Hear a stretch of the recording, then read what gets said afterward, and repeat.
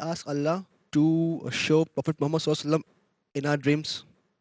Okay, asking Allah Azza wa Jal to show you the Prophet Sallallahu Alaihi Wasallam in your dreams is permissible. However, there isn't any advantage out of it, in the sense that if you see the Prophet ﷺ in your dream, you will not become a companion. First of all. Second of all, there are conditions. A lot of the people say, oh, last night I saw the Prophet ﷺ. MashaAllah. Describe him to me. He said he was 5'4", and he was from South Asia. His eyes was like Chinese or Korean. He said, this is not the Prophet ﷺ. You have seen a shaitan. What? The Prophet said that the shaitan cannot take my personality and cannot impersonate me. He said, yes, but he cannot impersonate the Prophet ﷺ as described to us.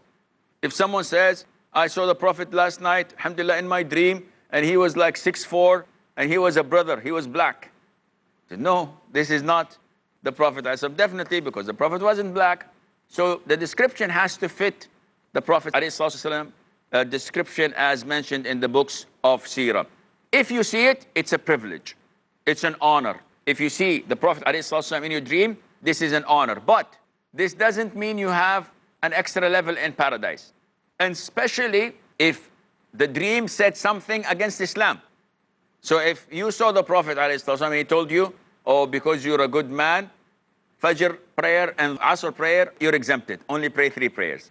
We definitely know that this is not the Prophet ﷺ, because the deen is complete and it cannot be changed by visions or by dreams. This is all the time we have until we meet next time. Fi amanillah. Wassalamu alaikum wa rahmatullahi wa barakatuh. He created